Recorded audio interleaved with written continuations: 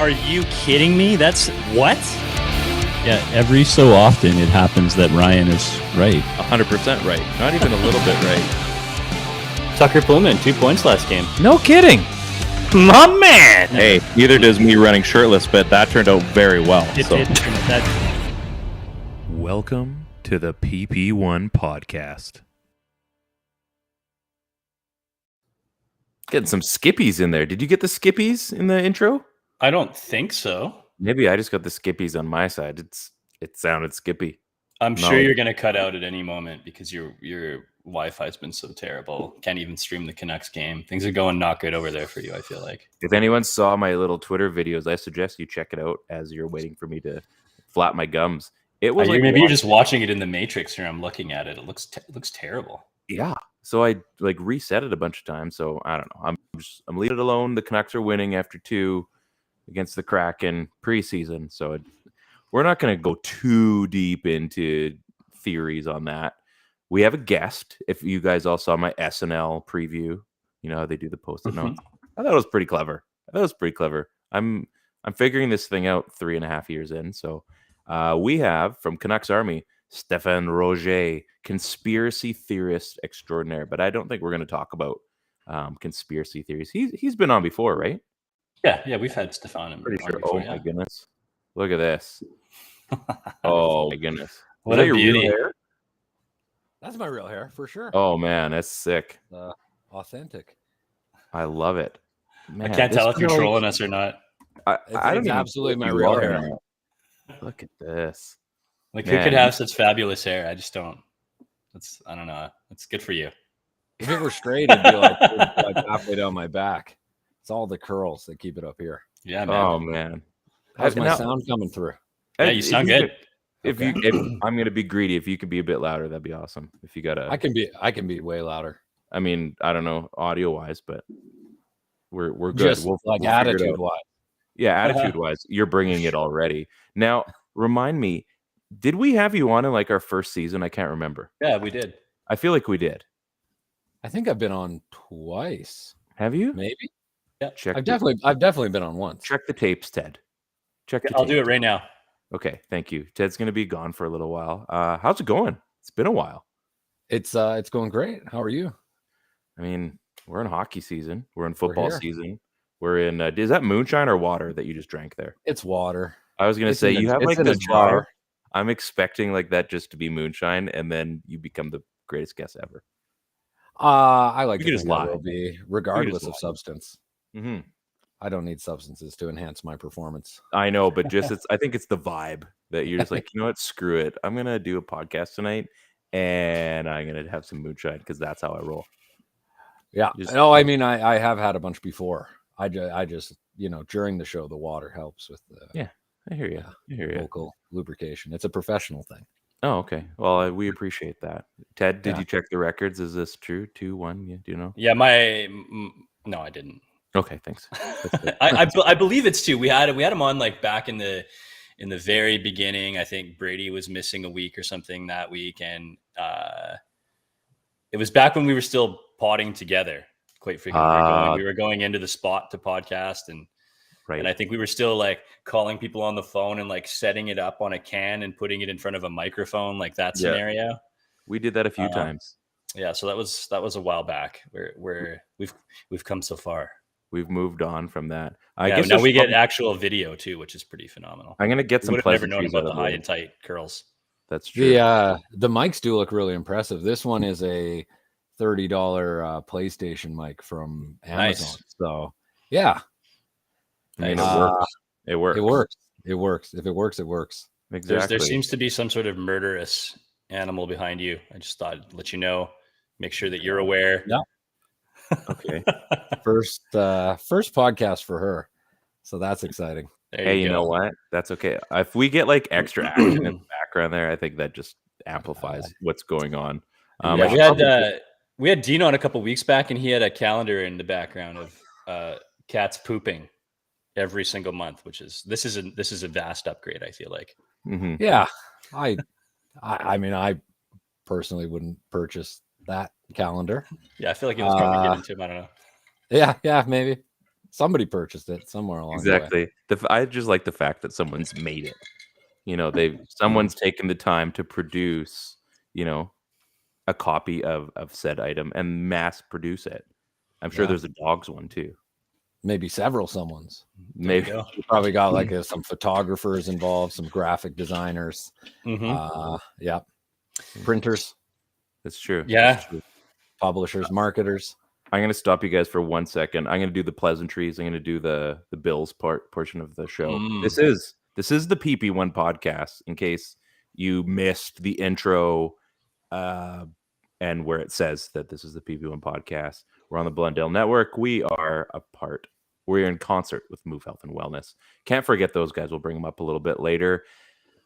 You can follow us on the Facebook Live. You can comment along. I mean, when you get a guest like this, you're going to want to chat, obviously. You can check us out on Twitter as well, our YouTube channel. You can comment there. I'm trying to see if there's any other areas you can find us tonight. Looks like that's going to be pretty much it. Facebook, Twitter, all that kind of stuff, YouTube.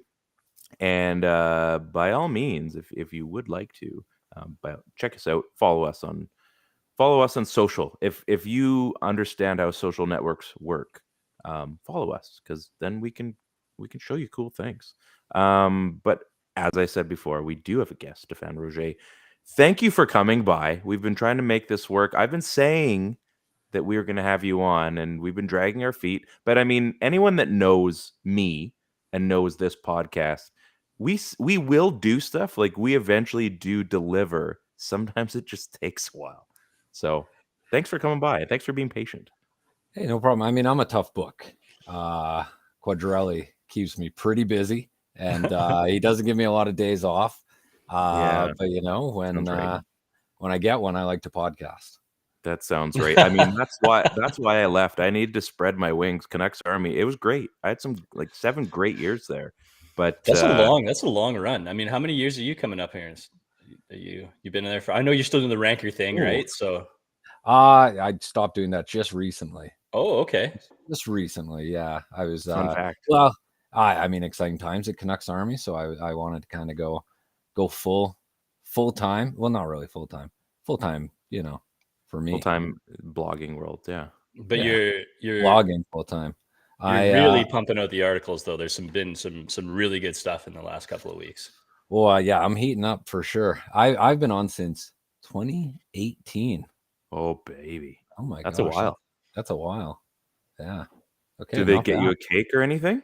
I have not received a cake. Actually, yeah, honestly, I never got Jack Spot either.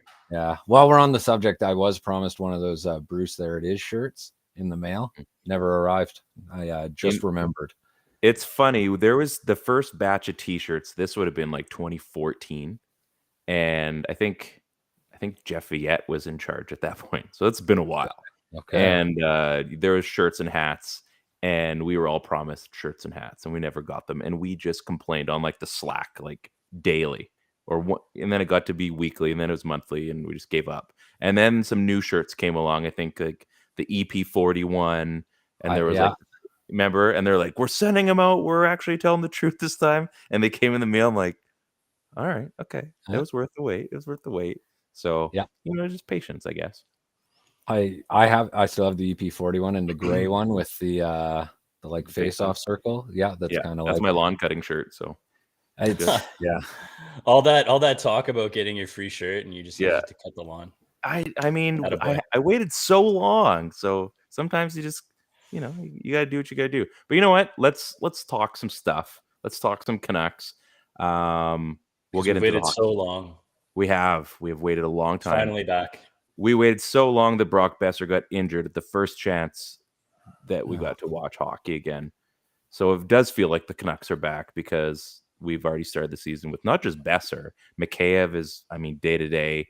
Dermott, I think he's still kind of banged up. Like, this team, it just never ceases to amaze me. But again, we have a very competent decor, according to Jim Rutherford. So I believe say according to Ranker. Yeah. I believe adequate was the word. Oh, which I think I feel like adequate is worse than competent. Isn't adequate? Wouldn't adequate say that you're like at least league average? I think adequate to me means just barely good enough, like the minimum possible standards. Whereas I feel like competent is maybe like a step or two above. Wow. Okay. You know what's scary? We're debating this right now.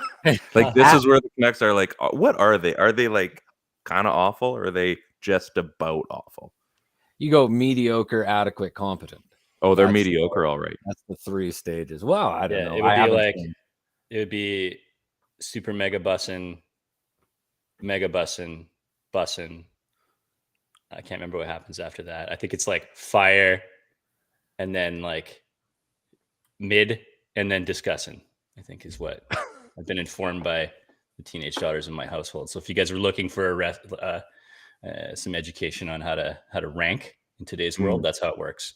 Okay. I appreciate it.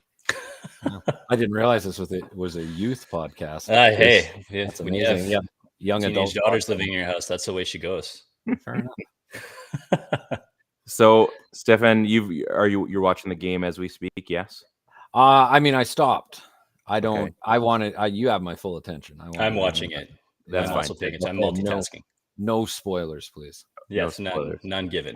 I do care about spoilers, even in preseason. I know that's kind of, silly. That's a lot, but you've seen up till now, right? Like you saw the first 2 periods. Okay. I have. So, Current. I mean, we can get past the injuries, and I want to ask you this: like, are we buying in too much on one good game right now? I mean, yeah, for sure, of course. Like, it is Seattle. It is Seattle. Yeah. Oh, I mean, any reaction that's any sort of strong off of one preseason game, I think you're in dangerous territory.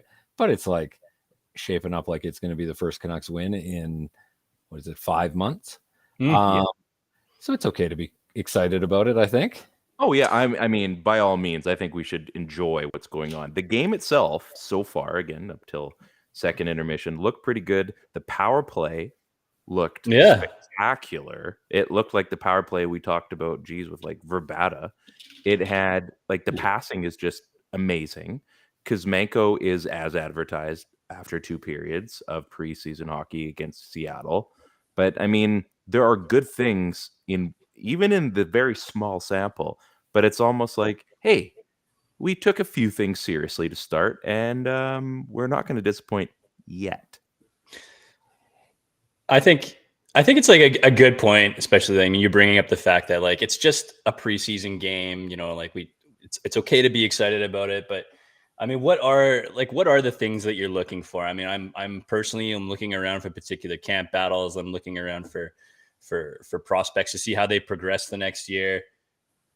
Is there anybody that in particular who you're really closely watching, or any battles that you're really closely watching that you're sort of anticipating, and has anything moved on those camp battles or those prospects that you thought was going to happen, or maybe not?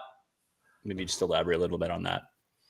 I think it got a little bit less interesting in a way. Kind of less interesting and more interesting with the injuries, right? Like some of the most intense stuff is just not a factor anymore. Everyone was worried about Höglander. Now he's just he's a lock, right? It was a non-issue.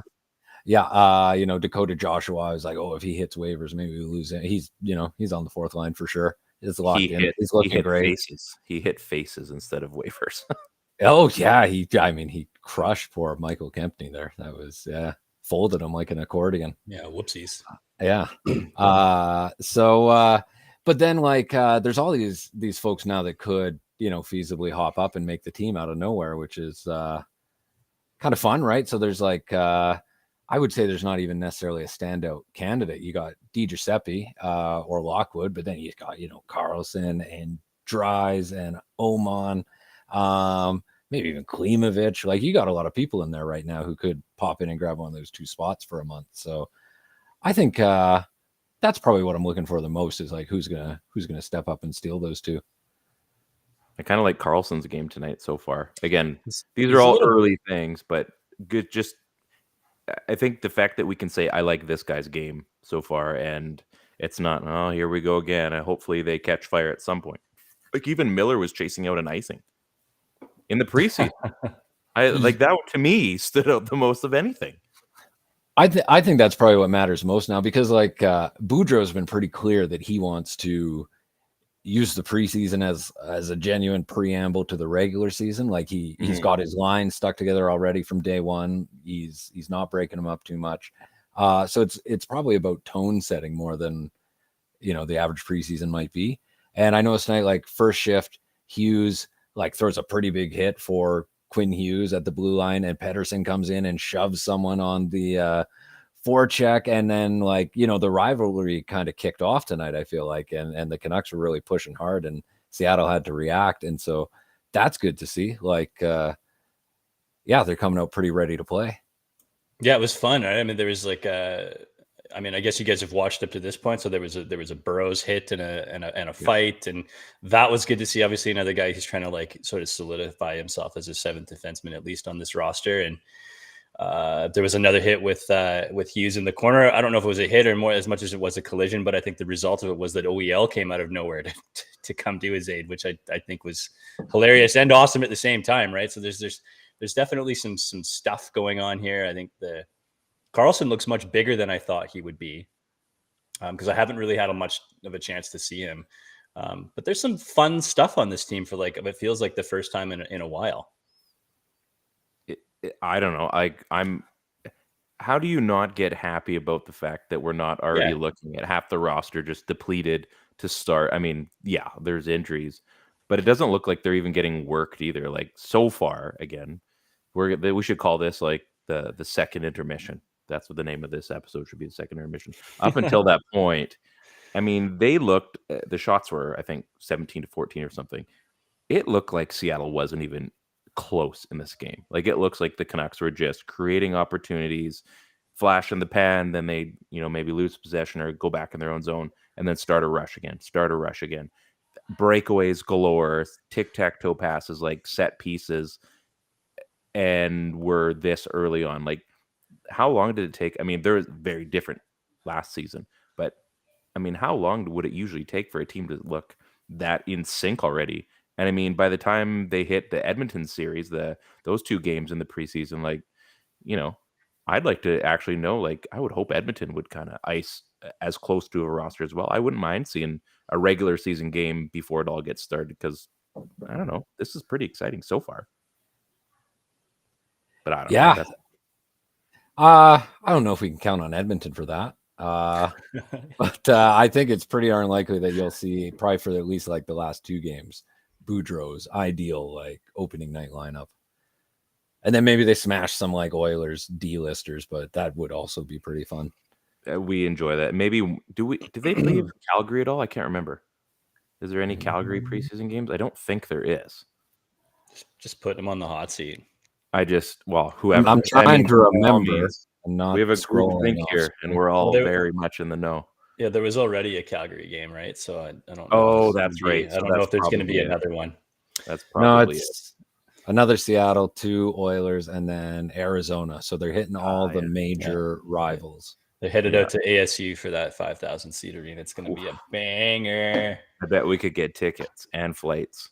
Ryan mentioned early in the show, obviously, another Brock injury is pretty disheartening.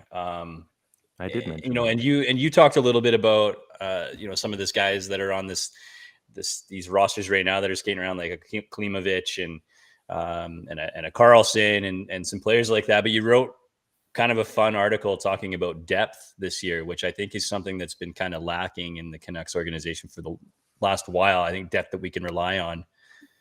Who are you liking for guys who can sort of come up and supplement with a guy like Brock being up, which ultimately sort of shapes the roster to be different than we initially anticipated?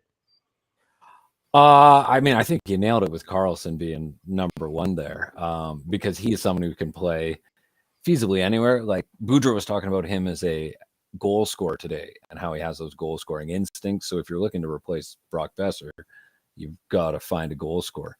Someone like Will Lockwood, like if you end up in a situation where Curtis Lazar slides up into the top 9 and then you need someone else for the fourth line, you're probably looking at Lockwood or DiGiuseppe there. But Karlsson is someone who maybe you can leave, Lazar on the fourth line. I really like the Lazar, Dickinson, Joshua fourth line. So then maybe you just, you bring Karlsson up, you slide him into the top 9 to start the year, and you see how he does. he's played pro hockey already. It's not like he's coming out of junior. Yeah, it's crazy how much of a leg up that gives you when you play like in such an established pro league, right? I mean, I think you get a little bit of a leash to at least try it for a couple games versus somebody who's just sort of cutting their teeth in the American leagues. How do you feel about what's going on with the decor right now? Do you like the way Hughes looks tonight? I feel like he's got some pop offensively. I mean, do you like a switch on the side? Do you like him playing with OEL? How are you feeling about that? I mean, I didn't really like it conceptually. I really thought OEL was probably the guy to try over there first. That, didn't happen, or maybe it did happen and we weren't aware of it and it just wasn't going to happen. Because my first thinking was Hughes is the best player in the organization, I would say. Yeah, that is a second cat. There's a second cat has made an appearance and a quick exit.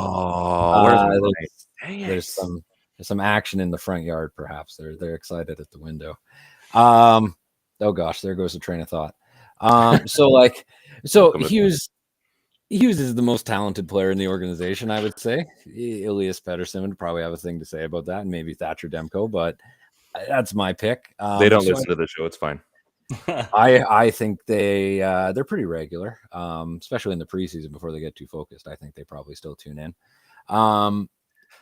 So like you want to put your most talented player in the position he's played since he was a child. Like that makes sense to me, and that makes sense with leaving Hughes on the left. But then he looks pretty good, and maybe he uses that talent to succeed over there the way another lefty couldn't.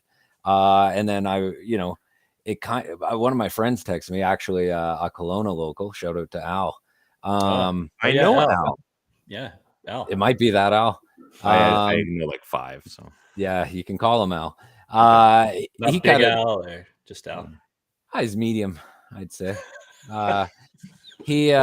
He texted me, he goes, "This kind of does fix everything, doesn't it?" And I'm like, well, kind of. Like, it's all like, they need, they need like, all they need is a right-handed D. Oh, here's the best defender in team history, and he's going to play right D. Oh, sweet. Done. Easy. Yeah, easy. Coaching's easy. It is. It's kind of this weird scenario, right? Because it somehow might fix the problem simply by that, like, that Anaheim Ducks Cup winning scenario, right? Like you're just going to play the wheels off of your top 2 defensemen. And then like, who cares about the rest? Cause they just play. You just got to have a Francois Beauchemin on your side that can play top 4 somehow a little bit, and then have whoever else is your partner, right? I don't know. It's like a little bit sketchy. I still have wondered about it. I don't know, but it looks really good. It's hard to argue with just looking at it right now. I think too, with like, if you're talking economics and cap management. Oh, I love it. That's good.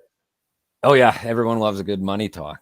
The OEL contract is, a millstone. So it's going to be there for a while. So you're stuck with it. You want to wring as much value out of it as possible. I think and he's probably going to look pretty darn good if he ends up paired with Hughes. Like he's probably going to look like a top pairing defender. He looked like a top 4 defender last year with Myers. There's a huge upswing there in partner. I think I'm a lot more comfortable with a 15 and change OEL Hughes pairing than I am with a 13 and change OEL Myers pairing, right? Like if you're going to be paying a lot for that pairing, you probably want the better one. And then you probably can dump Myers in the off season, looking into, Horvat's extension and stuff next year. And it all just kind of, flows together. So basically what you're saying is there is no problem. There is no spoon. The Canucks are absolutely fine. And by 2025, as someone said today, so the parade goes through Stanley Park, right? So we're basically at that point already, sounds like. Do we really want an incident where it's the Stanley Cup parade and, oh no, Niels Höglander's been bitten by a coyote? It's awful. There's blood everywhere. Yeah, that happens next week. Don't spoil. You talk about spoilers. Don't spoil the future for everybody. Okay. Wouldn't you feel awful? Hey, you guys aren't going to believe this. You're not going to believe this. Local podcast predicts future. Yeah. They said a player had never come back from full-blown rabies before, but he's going to give it a shot. He's in the gym every day, 8 hours. He's eating healthy. but the rabies are still pretty rampant. So Yeah, the league's saying the foam around the mouth is a problem. They're saying it's we can't clear you. The other teams are complaining. Yeah. That's a Hollywood movie right there, like Teen Ice Wolf or something like that. Yeah. I like it. Was all this just a crazy amount of talk about Höglander and how he could just be in the AHL to start the year? And I mean, we talked about it a little early. He looks like an NHLer. Right? Was any of that like well founded, or was there just a level of ridiculous to it, or was it like we're looking for clickbait to write here? Like, how does that work? I mean, I just want to go on the record and say Canucks Army always delivers on its headlines, so you won't find any clickbait over here. But it was everywhere. That's not true. I did write a few clickbait articles in my day. I'm guilty. So I did one the other day. I shouldn't throw shade at commenters here, but I did one about, the headlines are basically like Elias Pettersson's going to have a breakout year. And someone says it's clickbait. And the reasoning is you just gave a bunch of reasons why he might have a breakout season. There's no proof. And I'm like, really? I'm sorry. What did you expect? I'm like, I have time traveled back in time from the future. I have a newspaper that says Elias Pettersson broke out. Yeah, that's how I know about Höglander getting bit by a coyote and we win the cup. So just get over it. Exactly. Yeah. It was pick your battles, bro. It's probably my worst clickbait complaint. Where were we? Höglander. That's where we were. So I think sometimes we forget that like a lot of cliches are cliches because they happen a lot. So the sophomore slump is a thing, right? Like we had people like 2 years ago saying that we had to trade Hughes, be like, oh, maybe we trade Hughes in a pick where we're getting, Ty Smith back and stuff like this, like just nonsense. Because he had a kind of rough second year, and like a lot of players have rough second years. They, the league figures them out a little bit. They lose that initial jump and everything. There's more responsibility. It's just kind of a natural thing that happens to a lot of folks. And so, if a player flames out a few years into their career, maybe you worry. But when it happens in the second year, you probably assume, it's like it is a sophomore slump, like, probably. Mr. Pettersson, and you have it halfway through your first season. Sure. His sophomore, I mean, he kind of defied the model and had his mid-season and then ramped it back up to end, which was, I mean, there's a reason we left him. The kids defied a lot of models. But I think with Höglander too, he's kind of had this reputation of exceeding the odds. Like in his draft plus 1 year, immediately he like blew through expectations. Then he makes the team, somewhat against expectations, has a pretty good rookie year, still against expectations, shows a lot of physicality, starts a brawl against expectations. And so like, of course he's going to come in and put on a good show and, make the coach's decision as hard as possible. Like it's what he does. I've got a few things. I want to break this up a little bit. We're gonna do the fun part right now. Is that cool? Everybody cool with that? Oh, we had fun stuff planned? No, we have fun stuff. I always make sure that we have. I didn't see that on the post-it. I'm sorry. 20%. Yeah. Did you like that? That was good. I think we need to start doing SNL copies. We did the break last night with Player's Choice, and we gave away the St. Louis Blues was part of that break for Artifacts. Didn't work out so well. There really wasn't some good cards. So we're gonna deliver on that, maybe like a box of MVP cards. So we're gonna like redo that. But you and I bought in for a spot. It went under my name. No harm, no foul. We got Chicago and Philly. We did very well. We did very, very well. And they're teams that I wouldn't normally cheer for, but when you're seeing high price hockey cards with your team on them, you're a happy camper. There were no. He says we did well. I have no idea what we got, but I'm going to show you when they get back. It's going to be good. The other part of this, Tim Hortons hockey cards are coming back. What is a reasonable dollar figure that I'm going to be spending in the next month and a half? Like Stephan, do you do the hockey card thing? I've only ever purchased hockey cards through McDonald's or Tim Hortons, so I'm probably not the guy for this discussion. A reasonable amount. I haven't purchased one in a long time. Are they still $1.99? They're $1.99 a buck with a coffee. I'm a degenerate for these sorts of things because I've found out that there is value to them and you can sell them for like $40 if you get the right card. So last year was a good year. Mhm. Paid for the habit and the few coffees, so that was good. So if you were gonna guess, I think it's like 2 months usually they run this stuff. I think, right? Like it'll go probably the first month. So again, I buy them for the kids because they just ask so much. I get to drive as an adult, so I can just go. Sure. I don't know if I've gone out of my way to get some hockey cards from McDonald's or Tim Hortons, but I'm open. So we're guessing the total amount spent over the course of the 2 months. I'm gonna say $200. I think you might be right. That's probably pretty close. I was gonna go with 60 because I was just thinking one a day for. Oh no, you said 2 months. That'd be 120. But then maybe you go more than one in a day.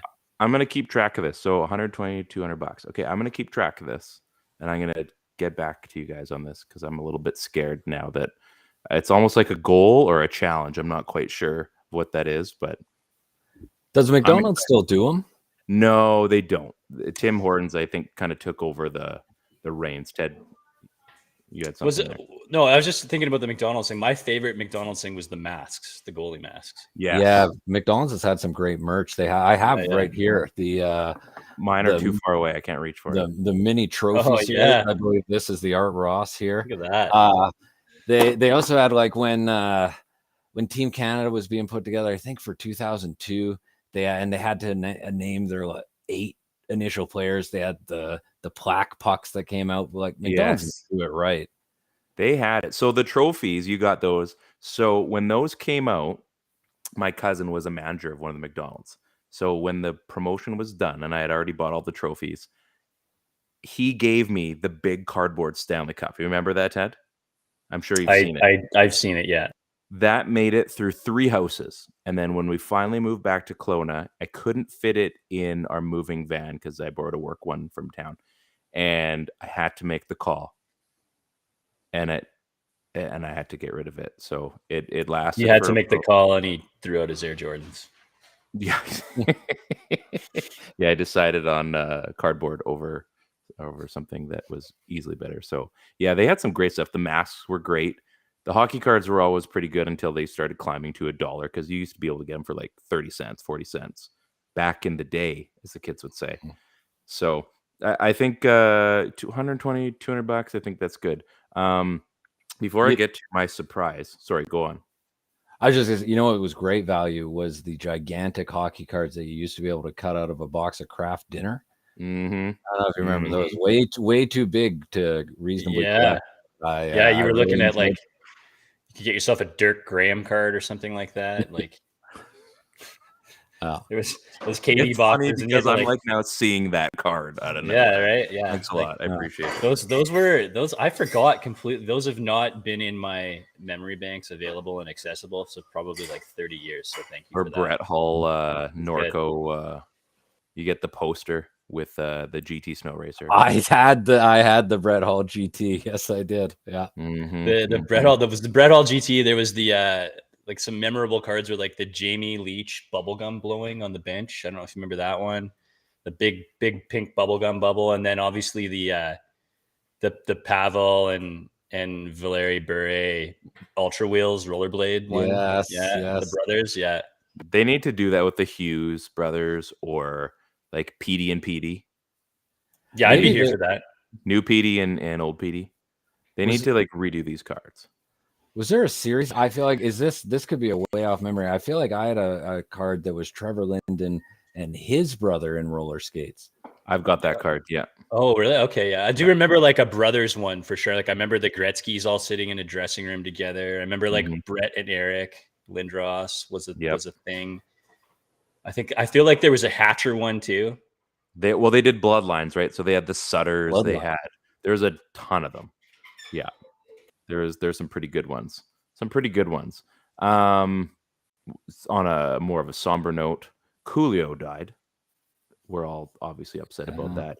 It's kind of cool though, and I didn't mean to say cool, but there is a commercial for, I think, is it Uber Eats or something? There's one of the commercials right now that has a Fantastic Voyage on there.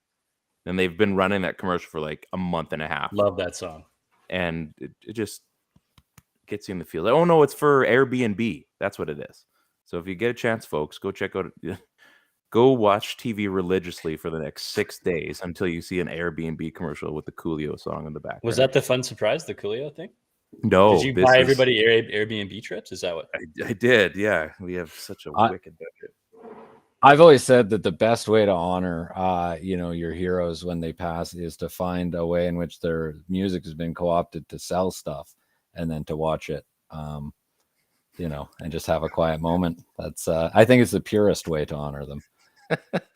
Fantastic voyage. And what more of a fantastic voyage than in a brand new GM?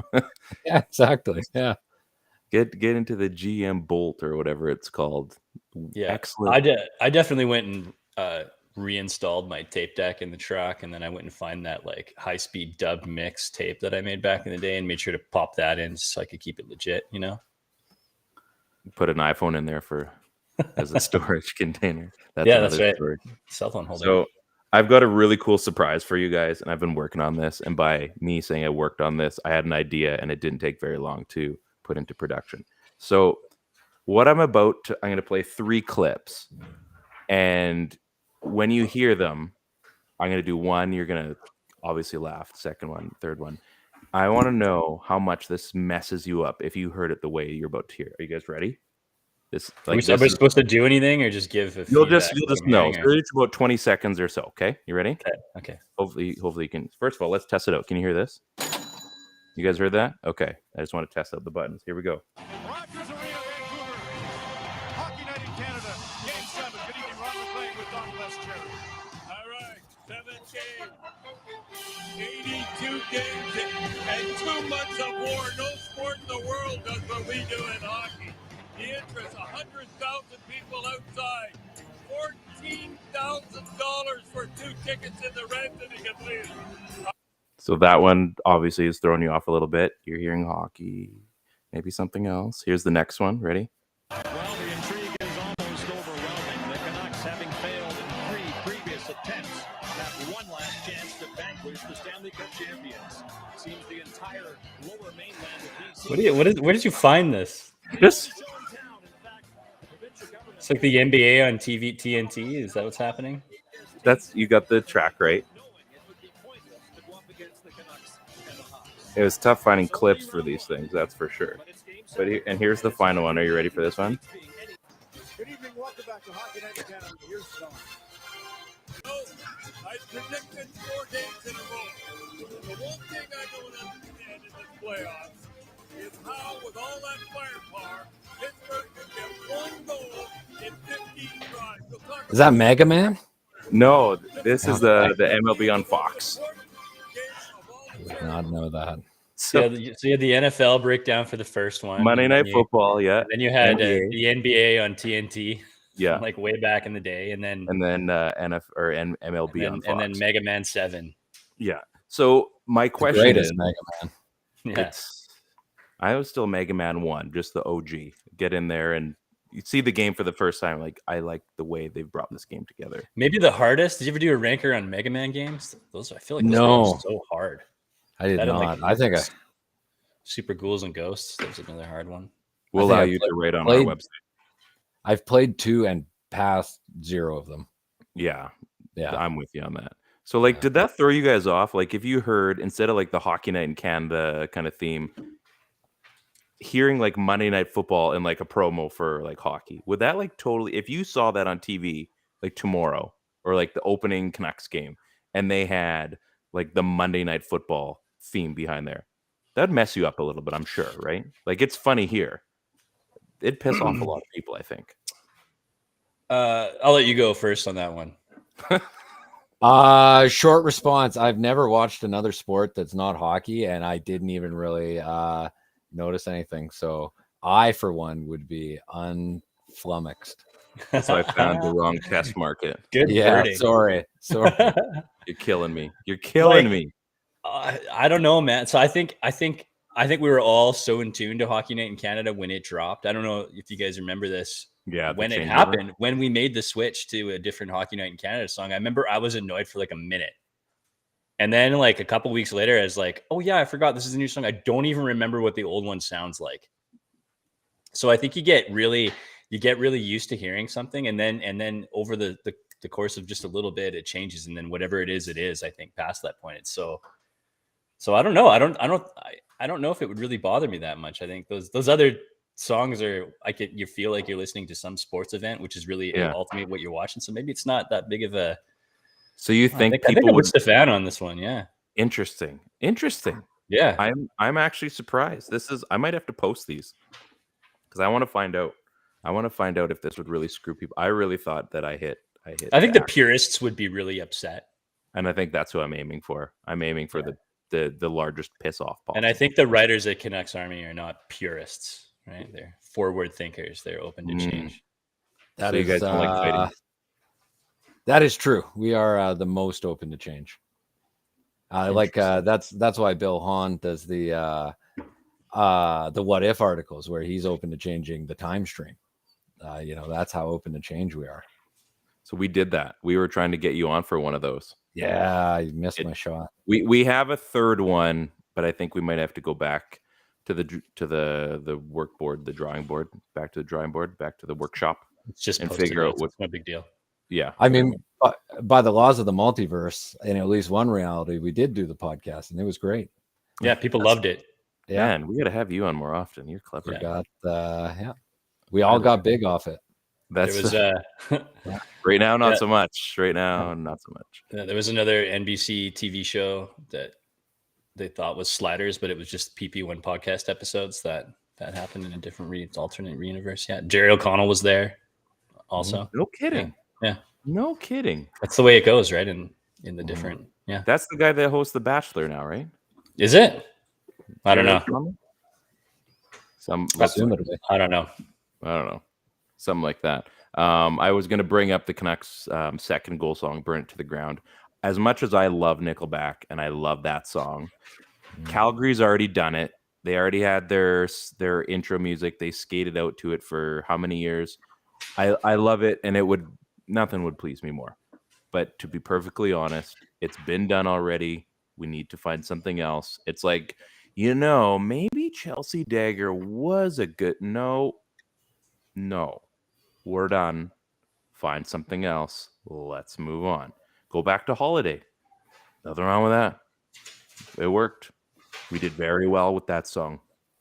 Just saying. I think you either go back to Holiday or you do something brand new that no one's ever done before.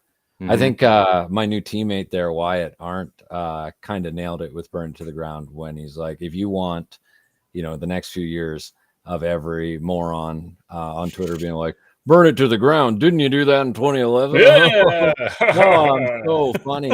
And I don't want to deal with that. So let's do Muse. Let's get Muse in there. I like Muse. They've got some just asking for it at that point, right? They got some good bangers. I'm all on board with Gob. Gob would work, and I like that. I like where you're headed with the Ming Tran. Gob, or maybe some Billy Talent or something like that would be fun. Yeah. I like Ming Tran or Soda. That's a bit of a deep cut for the Gob fans. Maybe it's not. Probably the real Gob fans are like, Soda's not a deep cut, but for me, it's a deep cut, and it would be a good one. Yeah. There we go. You heard it here if you were reading Twitter, this would be the second time you've heard it today. But yeah, let's get into. We got some final stuff here because this is motoring along. We're with Stephan Roget from Canucks Army and just from other things. He's just a Twitter friend that we couldn't wait to have back on our show because good people are hard to find. So you want to hold on to them if you can. And if you let them go, like we kind of let you go for a while, but you came back.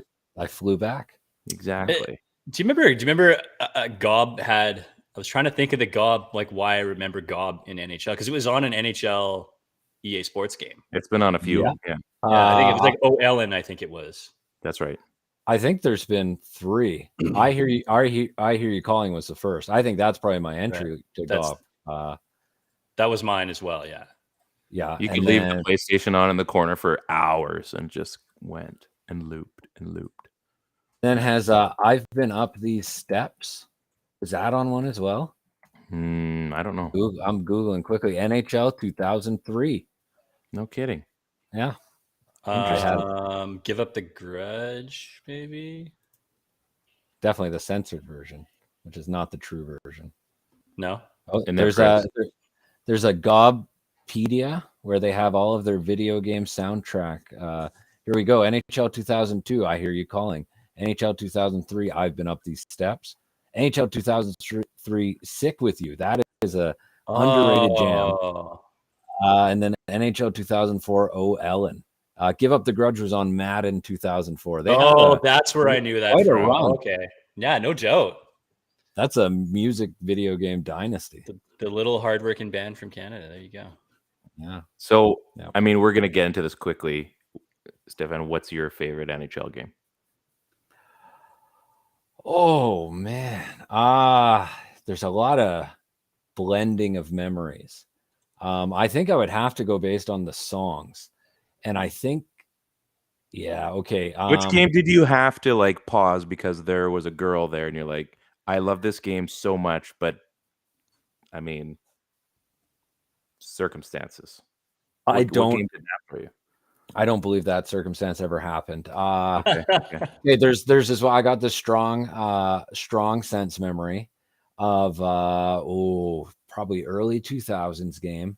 The soundtrack is Pitiful by Blindside. The blocky like CGI players are slowly coming out of the tunnel. They're looking grim. They're skating onto the ice for warm up, and I couldn't be more excited to play EA Sports. So whichever one that is. But Google will tell me. Like 06? No. What? Oh, yeah, maybe.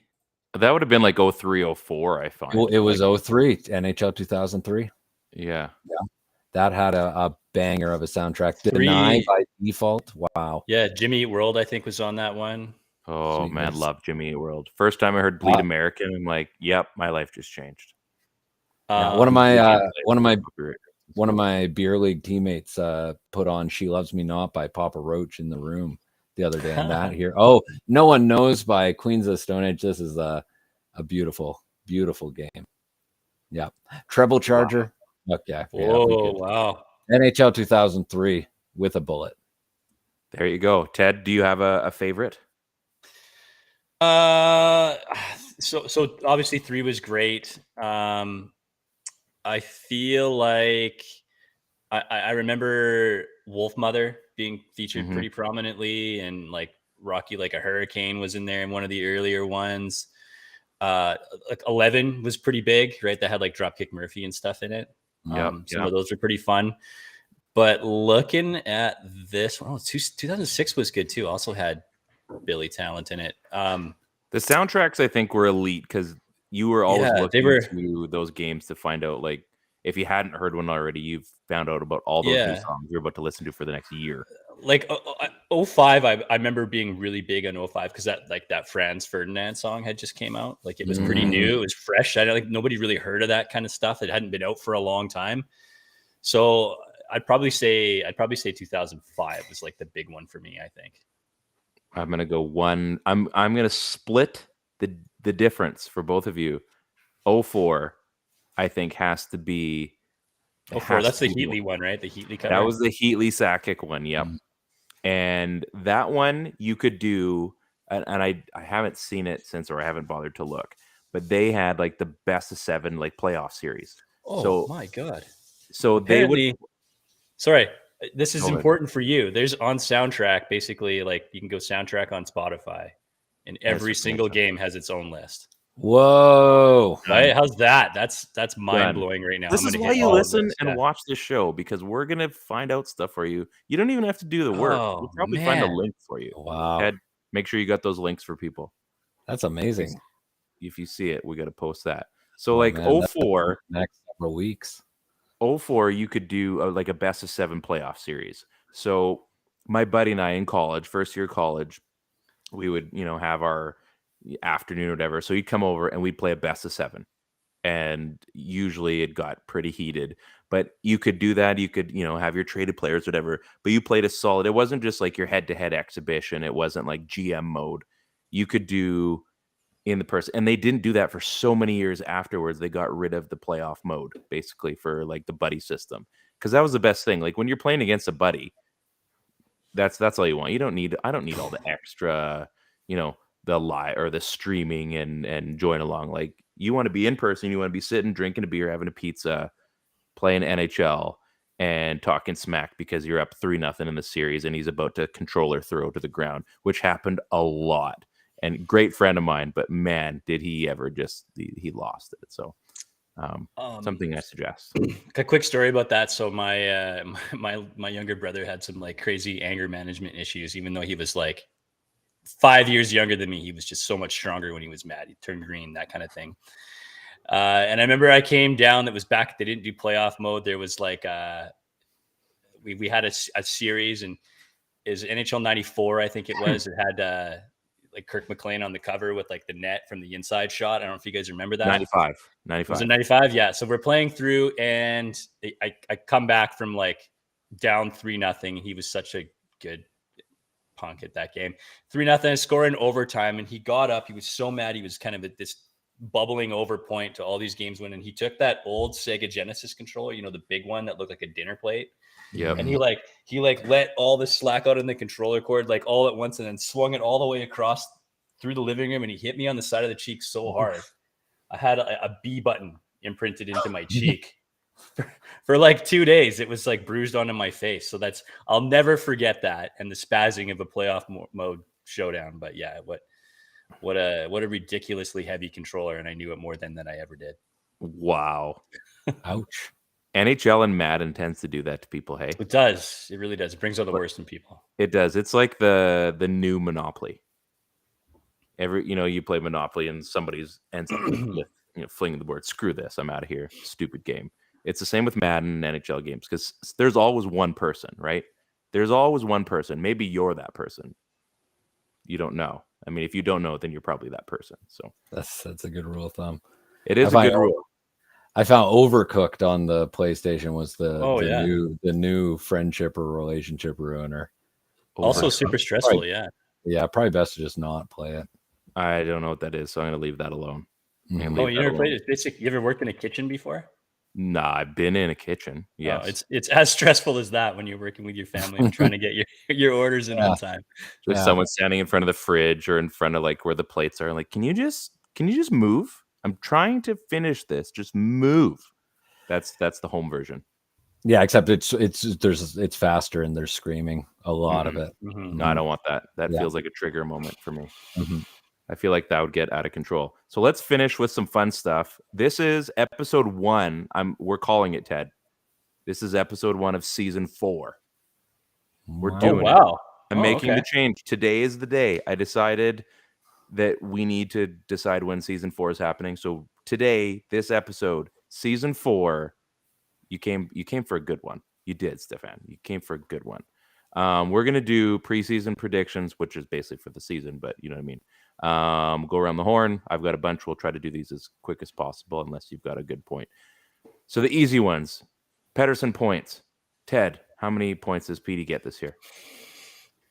80. I'm going to say point per game, 82. It's going to play a full season. Stephan, what do you got? 93. 93. I'm going to go JT Miller, and he's going to get 99. Wow. I thought I was going to be the high one. That's fun. Yeah, I like this. Is fun. I like this. It is fun, and I'm not keeping track. I'll have to watch this when we're done the season. we gotta have Stephan on one show, just do like a whole ranker episode based on Canucks lore. Oh, I would love to. He'll do it. We'll set aside some time for you. Next one, Broccoli Besser goals. Assuming his wrist gets back to something. Whoever wants to go first. I'm going to be pessimistic here, and I'm going to say 23 because it's hard to come back from wrist stuff, wrist injuries, that type of thing. And I feel like every time that happens to a player, especially one that relies so heavily on his shot, that it takes time to come back. And I think we saw that earlier in his career. I think we saw that with Marcus Naslund when he lost that snap on his shot. So it takes a long time to get it back. He's still young enough that he can, but I think he's going to spend the season sort of fighting with it. Okay. Stephan, what do you got? I'm a big comic book guy, right? So I've seen a lot of folks go through medical procedures and come out of it with miraculous new abilities. So I think the wrist comes back better than ever. And I think he does come out of his wrists. And he's hanging with Ryan Reynolds all of a sudden. I think he cracks 30 for the first time, even though he's going to play fewer than 70 games. It's actually 30 on the nose? Yeah, we'll do 30 on the nose. Okay. I'm going to do 27. But he's going to have a lot of assists this year. That's my prediction. All right. JT Miller points. This is a tough one because everyone's going to expect him to eclipse 100, and likely you would expect a guy that hits 99 to get one more. Does he, based on this game alone, this Seattle game, JT Miller points? Who's got it? You want me to take this one? I mean, not all at once. He's still. I mean, he looks good in the preseason. I mean, he's out there skating around. You can tell he's got that fire. He still looks like he's still a dink to play against. And nothing's changed. I'm going to say 87 points, and I don't think that's a step back. I just think competition's going to be playing him harder right from the jump. So 87 points, I'd be pretty stoked with. Okay. I'm going to do 102. Wowza. No reason. 102. 3 more points. He'll have a just above better this season. There you go. I think this is the year that Pettersson and Miller officially swap places. So I'm going to say 91. It's going to be close. Okay. Those are all good points. I mean, if we see these point totals, I think we're all very happy people. I mean, this is what we do. We all guess, and we hope that we're all right. Hoglander, goals. Stephan, what do you got? Oh, let's go with goals, 21, just like his age. Is he 21? He is 21, right? No, he's not even 21. I mean, he's number. Yeah, he is 21. He is 21. I have confirmed. Anywhere from 21. That's probably what I was thinking. I'm going to say 21 goals for number 21 at age 21. I'm going to say 20. You can also say 20 if that's what you're feeling, Ted. I'm gonna say 18, but I am gonna say he's gonna have a huge spike in assist production. Like maybe we could be looking at like 35. 35 goals or points? Assists. Oh, sorry, I probably brain farted for a second. Not preseason goals, but regular season goals for one Andrei Kuzmenko. This is going to be an important one, guys. I think you potentially have yourself. It's funny. I'm thinking you're going to see 25 goals from Kuzmenko, or you're going to get like 8. I think he's either going to get it or he's not. So I'm going to say 25. Interesting. So I feel like past a certain point where our predictions are going to like climb to the proportions where they're putting up the numbers of the 80s Oilers here. Like, because I'm going to say he's showing some chemistry with Pettersson. I think Pettersson's going to take off. Oh boy, here Pettersson's putting up 93 points and Kuzmenko's on his left wing, and that's where a lot of those passes are going. Are we wild to say another 30 goal scorer? We are. That's too wild. 28. I like where you're going with this, though, and I think my brain was going in that same direction. You're right. If he's on that line and he's clicking, I mean, Pettersson makes it pretty easy for his line mates when points are coming along. Like, they just seem to come. Like, that one tap in, even tonight, I know it's against Seattle. That was about the easiest goal anybody could score. And if there's even like 25% of that, you're still going to be scoring a lot of goals. So I'm just going to go crazy too. And I will say 30 because why not? It's going to cost the Canucks a lot of money if that happens, but why not? 30 goals. Let's have some fun. Let's get crazy. That's what we do. Demko wins. I'm gonna pass my guess at the moment. I'm gonna think about this one just a little bit longer. You could have just not answered. That's okay. No, my guys, I want to answer. I just want to perk. I'm just saying you didn't have to just say pass. Someone else would have just said something. So I'm gonna say 36 wins. Teddy, I respect the pass. That's a veteran family feud play there. So I just want you to know I respect it. Yeah, thank you. Savvy, you could say. I'd go with get a room, you two. 34. That's still pretty good. Yeah. Okay, we've both guessed now. So now, Yeah, I feel comfortable at least matching last year's totals. But I think part of the reason why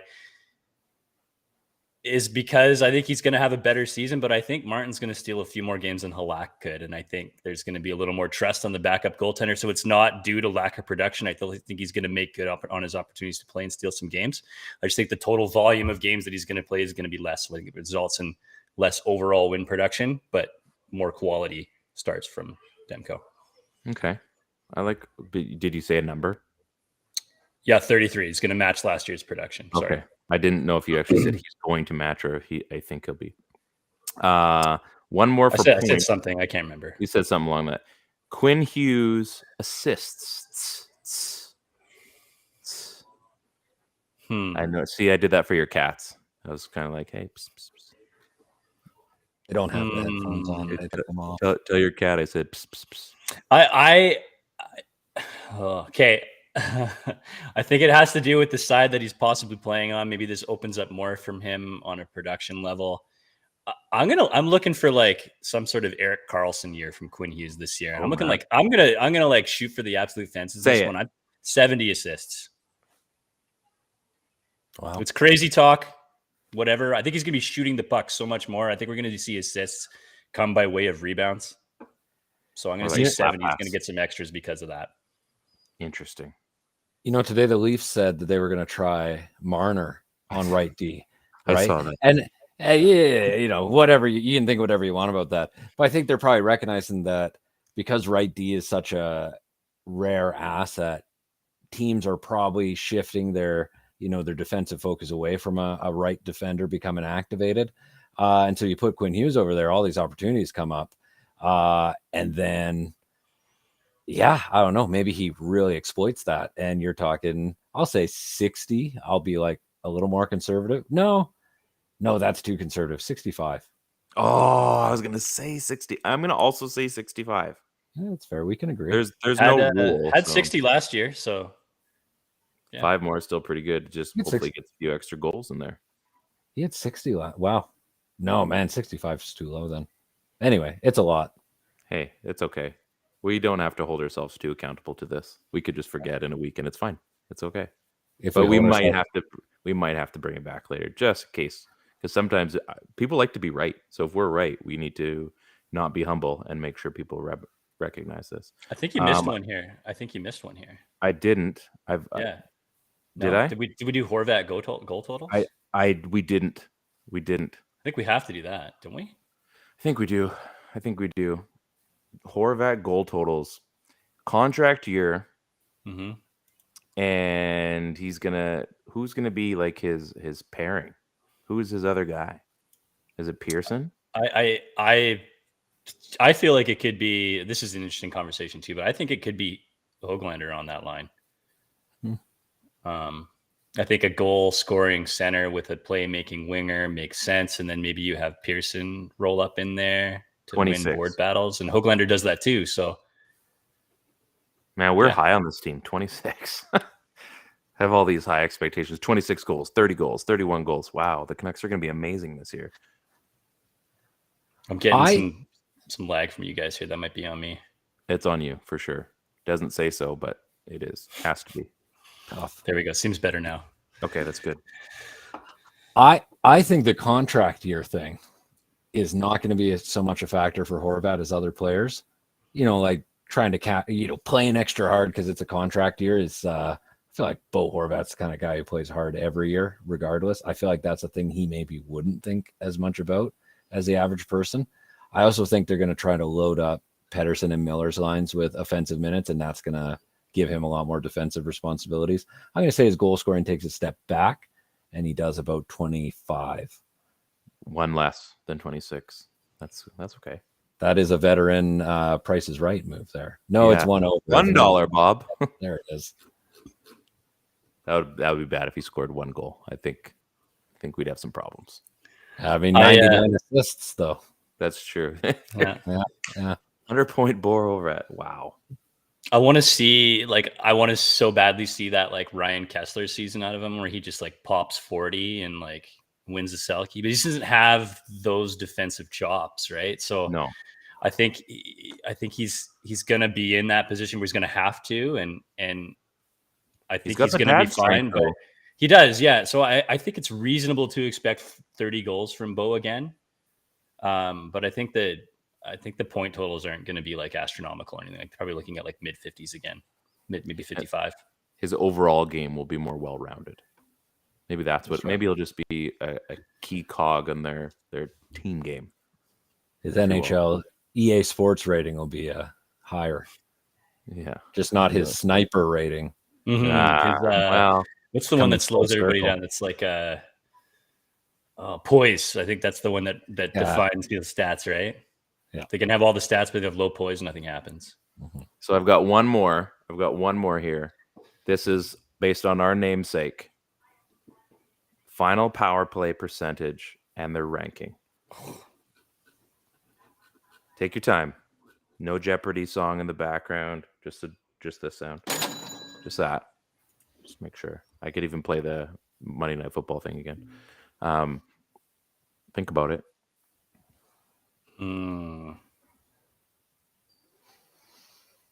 Everybody's you got a number for this, or? I mean, I don't.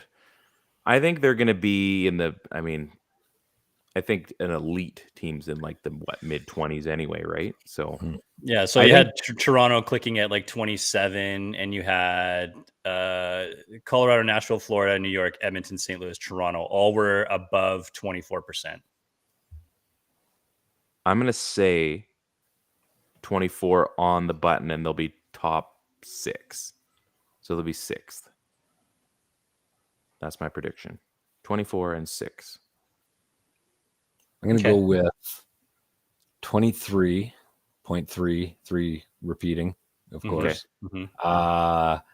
And they'll be 8th. So that correlates. That checks out. Yeah. What did you say? 24 and 6, 23.33333. Yeah. So, I mean, they were 23.5 last year. I see them improving under a whole season for Boudreaux. So I think I'm probably looking at something like 25.2, and we're probably looking at like 6th. No, sorry, 6th or 7th. 25.2 repeating, or just 25.2? Just 25.2. Okay. It's not craziness here. So that 25.2, I think they're going to finish like 6th or 7th. I think there's just more consistency on there, but I think everybody maybe bumps up a little bit too. So have to with all those goals, right? So we picked That's true. They're going to score a lot of goals. There's going to be a lot of goals on this team this year. Rebuilding, retooling team. The Canucks have figured it out. Yeah, 2% bump. Not to go against the podcast title too hard here, especially in my closing act here, but I do think there are going to be more goals from PP2 this year. That's where a lot of that increase is going to come from. Interesting. That's a good point. Yeah. I feel like I've said interesting a lot, but that is, I think they proved that last year where they put too much emphasis on that top unit, and they're probably going to have to blend unit 2 out a little bit more this year, which I'm fine with. A goal is a goal is a goal. Yep. That's how I see things. So I'll just ask one more quick question. I think, we had Höglander make the team a couple of years back. Nobody was expecting that. Stephan, you brought that up. Is there anybody that we're looking at in preseason now through training camp that you think has a chance to make this team? Is there a dark horse who could fill out on the bottom 6, and who would that be? I got 3. I'm going to hit every position here. That's kind of a spoiler, honestly, when I say that for the end here. Linus Karlsson up front. That's maybe the safer pick. But I think he's got a line right now. He's got a way in. I think on the blue line, Wyatt Kalynuk. I've only seen one preseason game, so I don't want to. I don't know that name. Looks steady though. Hey, looks so smooth, like surprisingly smooth. Yeah, I remember reading when they signed him, like, just flipping through, like, say, the Reddit thread or whatever, and, like, a bunch of Chicago fans in there being kind of, oh, darn, I wish we kept him around or gave him more of a shot. So that's always encouraging. And so far, so good. And if Hughes is on the right, there may be and Dermott is hurt. there may be a spot on the left even opening night. So, yeah. And then, of course, the third one, I said I was hitting all positions. I'm not going to come out, strong for Mikey DiPietro here. I think Artur Silovs has looked really, really good. Maybe the second best goalie in camp. Quads would certainly agree with that, and I always try to keep the boss happy. So he's not here. He doesn't have any control over you here. He is listening in. That was part of the condition of me coming on. He said he's actually slightly just off camera here. Arms are crossed, looking stern. So quads. Yeah, he's been taking notes, so I'm gonna have to hear about those afterwards. Yeah. Interesting. So you're thinking Silovs makes it over Martin though? Yes. I'm not saying he's going to steal Demko's job. Not yet. Well, I think that was a given. Yeah, give it a couple of years. Second best. You know what? Really, over Martin? Goalies are weird. Goalies are voodoo. They're unpredictable. Martin came out of nowhere last year. No one expected much from him, and he stole the backup job. He could just as easily lose it. Stuff happens. Goalies are weird. Yeah, and it's crazy the amount of progression that's happened with Silovs in just the last year. We were looking at him as a guy who wasn't playing games in any organization 2 seasons ago to now he looks pretty legit. It's hard to argue with that. It's weird. It's unpredictable. Everyone thought, this not playing any games is going to ruin these goalies, and it kind of did with DiPietro. Yeah. But then it made Silovs better somehow. It's weird. Just lucky, I guess. Was it George? Just lucky, I guess. Yeah.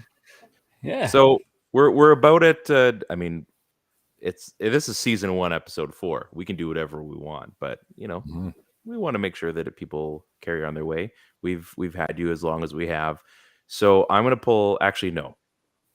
I'm gonna pull the reins back. Ted, you do you. This is your time now.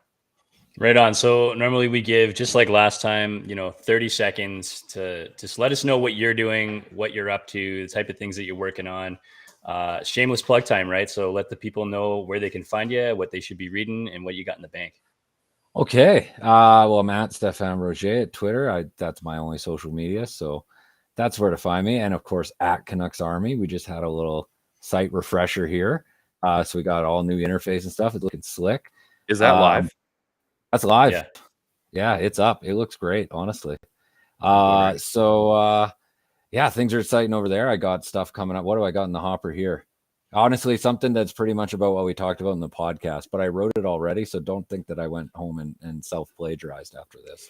It's just a weird coincidence. Yeah.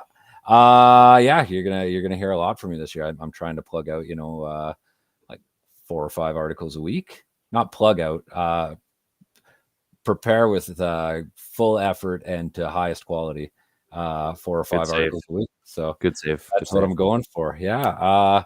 Other than that, thanks for having me on. I just wanted to say, we are shooting this on the eve here of Truth and Reconciliation Day. So I was podcasting today from the unceded territories of the Clay de Latine, beautiful as they are. And I'm grateful for that. So, yeah.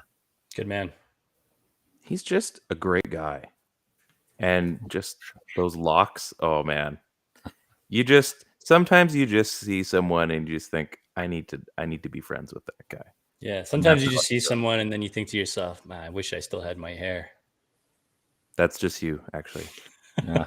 That's just you. And I think yours is somewhat by choice, I'm pretty sure. I've seen you grow your hair out, Ted. Yours is by choice. It's not much.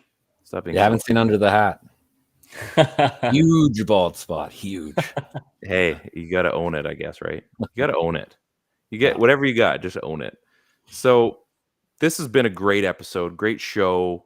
Good to have some friends talking Canucks hockey for once. We're not trying to throw filler. Eventually, we're going to just be actually talking about games. I feel that will be a regular source of information on this show. And maybe we'll get some guests too. We're making waves. We're making things happen here.